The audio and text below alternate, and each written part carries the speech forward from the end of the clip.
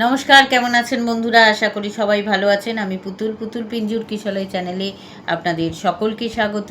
আজ আবার চলে এসেছি আরও একটা কবিতা নিয়ে। আর আজকের কবিতা আমার বন্ধু অর্ণব ভট্টাচার্যের লেখা খোঁজ। আশা করি ভালো লাগবে। লাইক দেবেন, সাবস্ক্রাইব করবেন আর কমেন্ট করতে ভুলবেন না কিন্তু। পড়ছি খোঁজ।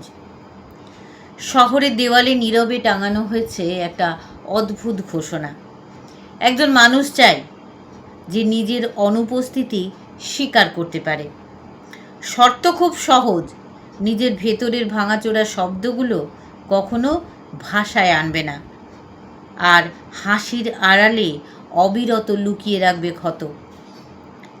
যারা আবেদন করবে তারা জানে না এই নিয়োগে কোনো নির্বাচিত হয় না, শুধু ধীরে ধীরে নিজেকেই বাতিল করে দেয়।